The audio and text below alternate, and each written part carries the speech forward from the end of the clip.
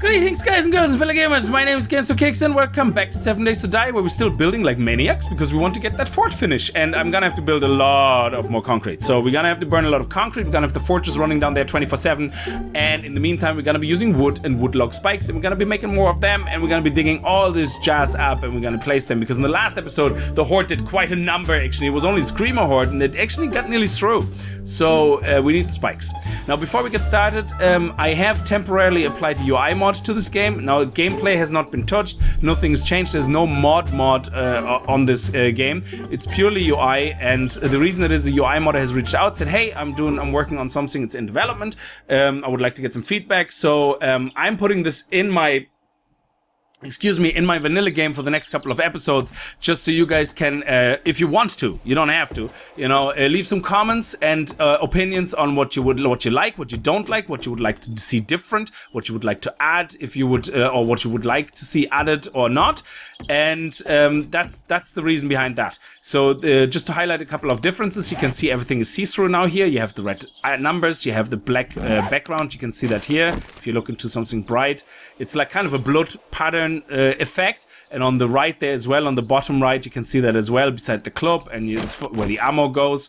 Now you also have changes in the top middle, which is your compass, where you can see now the background as well, and the font seems to be slightly different in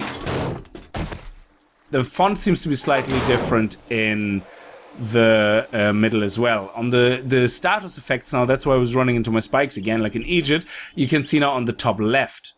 So this anything like your bleed effects, all that stuff is now on the top left. On the bottom left, you have your temperatures, you have your health, your stamina, your thirst, and your hunger meters, with the black tethered background and the blotchy blood effect background as well.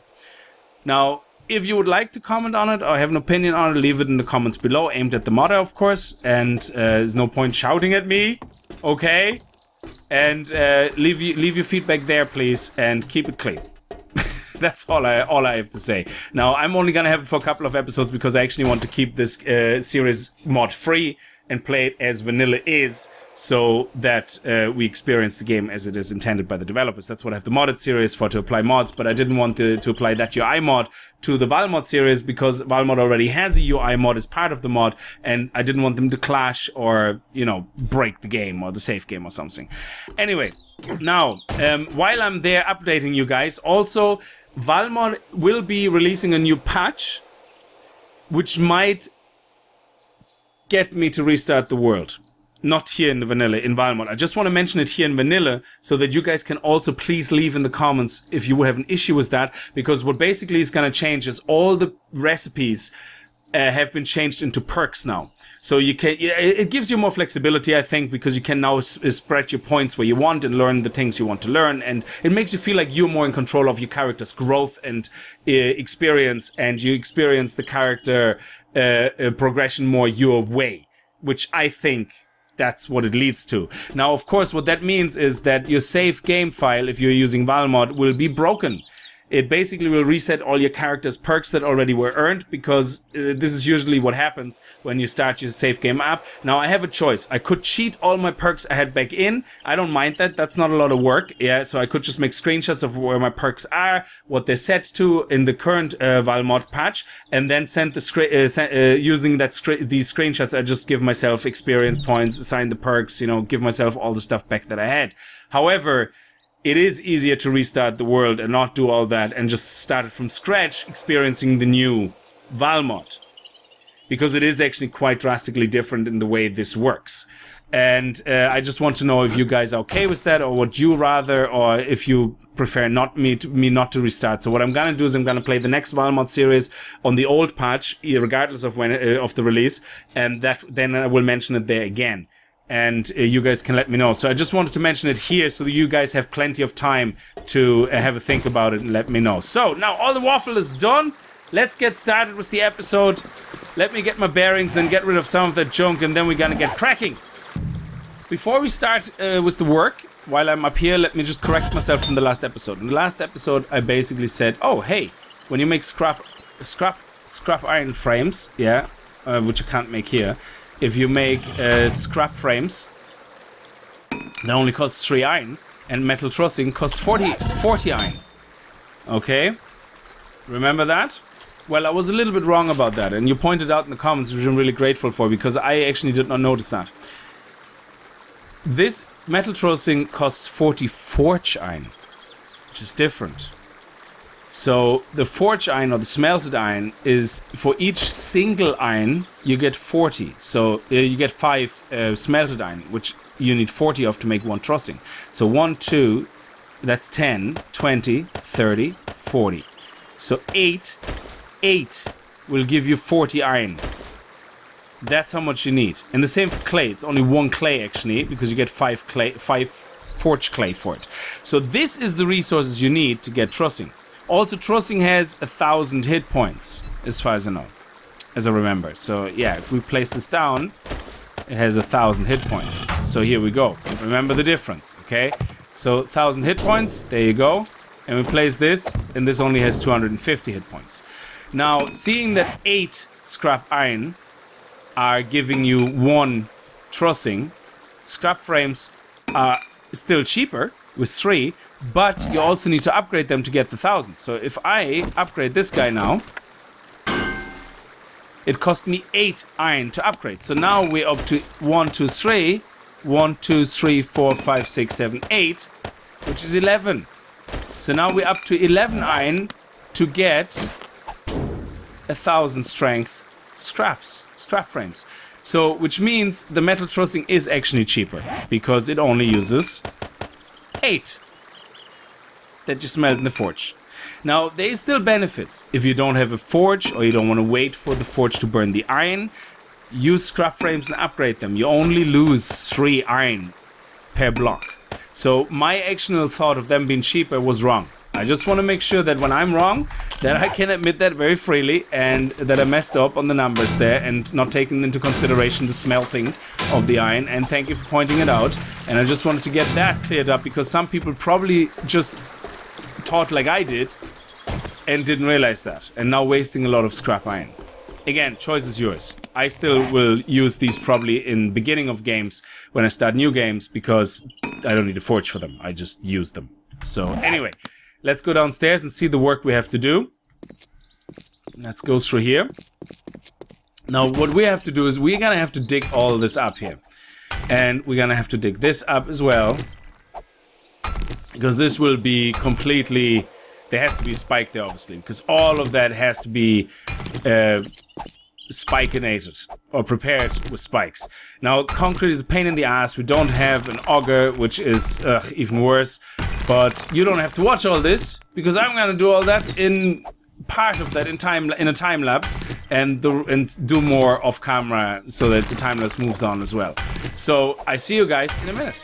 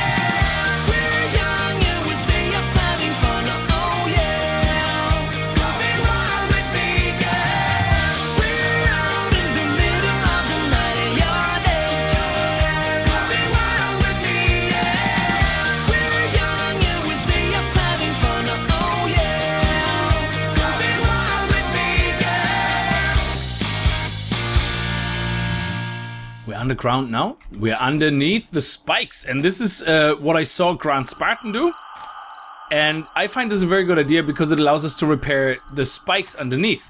Now, because it's nighttime, we have nothing else to do anyway. We can't be running around outside. I created this little tunnel, which is gonna give us access to go back outside. But we want to make it look pretty. So let's use the ramps and the wood frames. And we're probably gonna need more shoveling. Yeah, there we go. Okay, so the ramps, they will go here. I hope it's not too dark for you guys. I think they will go here. And then we're gonna have a corner piece. And you see, this we have to make wider as well. So there we go. Nice. Okay. And another one. Take that out. And another one here on the top. Take that out. And I think that's as high as we want to go. Yes, I think so. Okay, so this is basically... There we go. All the way down.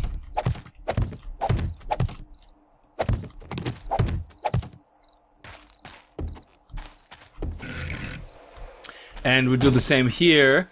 This is where we would take the corner out. It's a bit fiddly because we're gonna have to get the inner or outer, I think. I'm not 100% sure. So, oh, that's one too many. There we go.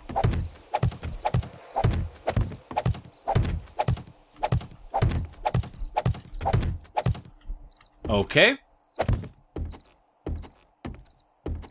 And here it would be on that block. Yes, okay. And then all we have to do is make a corner one, which used to be called an outer with 2 T's. Oh, times have changed.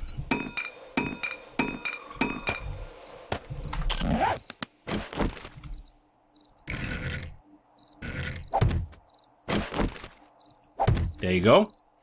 Nice. And then we're gonna get the top done. Okay, I need a couple of more ramps.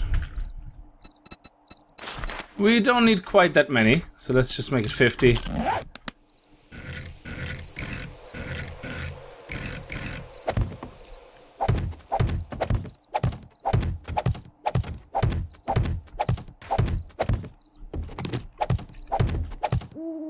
There we go, and you as well.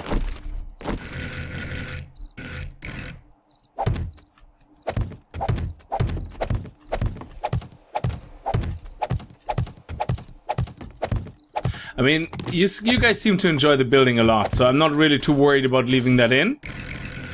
There we go. We can even do it up to here. Nice. Very nice. And there we leave it, that's fine. That's where the concrete will go. The concrete slab. So let's do that. The concrete slab. Now, the way I've done it, originally I had a couple of tries. I had it like this first. Well, either way, whichever direction, we have to go to the top part. Okay, so we have a little bit more headroom. I did it like this first. Boom, boom. But that didn't look really as good and it didn't feel right. So I ended up doing this, which I like because it means you can repair them really quickly side by side. Now, who knows? Maybe this becomes awkward. I have no idea. Anyway, so that's all these guys done. And now let's use the other 2 corner ones. Oh, yeah, corner ones. Come on, upside down. There we go. Nice. That looks lovely. And for the middle part, just so it will actually be wood, we're going to dig the complete middle part out. There we go. All the way down. And we're gonna do the same on the other side here. Let me just get one more ramp in. There we go. And then let's dig out that 1 square all the way down. Gonna place the last blocks now here, and this should be looking nice, especially when upgraded, and then having a torch or two down here. So, and this tunnel here will connect to whatever we have going on over there underground. I just have to work out how exactly in the coordinates. I have to work that out as well. So let's upgrade these guys. It's the hammer.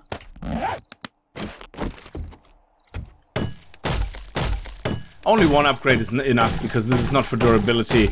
This is purely for looks. I just find it nice when you have that nice little wood down here. It seems to make things brighter. The light seems to be bouncing off the wood much stronger than anywhere else, which would make sense, I suppose.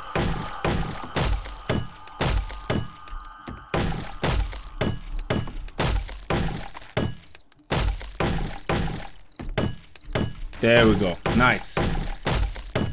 Excellent. That's looking really good. Well, I think so anyway. Look at that. It looks like an underground train tunnel. So this is the last bit I'm going to do in this episode for this here. And I hope you like this design. I think I saw the first time this kind of hexagon shaped like tunnel in one of Z Nation's episodes. I suppose like this is the only way to really make a kind of interesting shaped tunnel, but I do like the idea of that. And I'm going to probably replace the top all here with wood frames as well, just to keep them looking the same and nice and kind of flush as well. But we'll see. We'll see. So anyway, just before this all collapses, let's just put all that in. And I also made sure that the pillars go here. So you basically have full support on the pillars that are above. And you don't create any weak spot. We might have a weak spot here. I'm not actually 100% sure, but we'll see. I mean, having the block, full block here should be enough to carry everything. So we shouldn't get any weak spots. If we start getting funny results above where we walk on the bridge above and all of a sudden things start collapsing, then we're gonna have to readjust the wall. But other than that, I don't think we're gonna have an issue. So let's finish that. And I'm gonna have to bring torches down here to make this all look very nice. So look at this. This is looking nice now. I like this. This is looking very nice. So how much wood do we have left? We actually have a little bit of wood left. So we could theoretically do the whole top here as well. And we're only taking out one layer, so which should be fine. I think there's only one more block of dirt actually above that. But it doesn't matter. It should be okay. So if we place a block there. There you go, nice. And this is looking much better as well then. There you go, look at that. Nice, nice, nice, nice, nice. And it kind of hides the dirt away as well over there.